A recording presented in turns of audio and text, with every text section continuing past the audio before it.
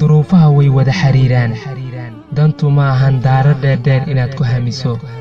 daryeel caashaq haddii aad hanato dunida waad ugu saraysaa doolarka wuu dhammaadaa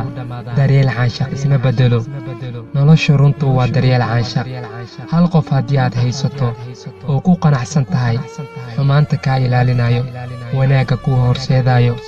naftaada ka fikirayo mar walba uusan kaa caajisaynin galgaceelka oo kuu qabo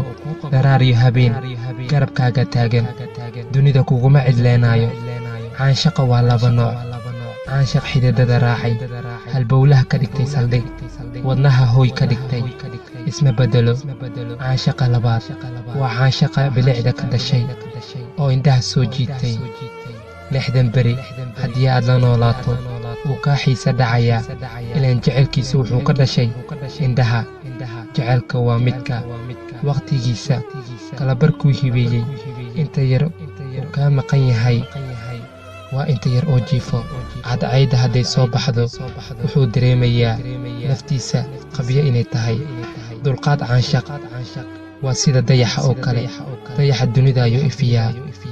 qofka sida dhabta ku jecel asagoo u baahan aragtidaada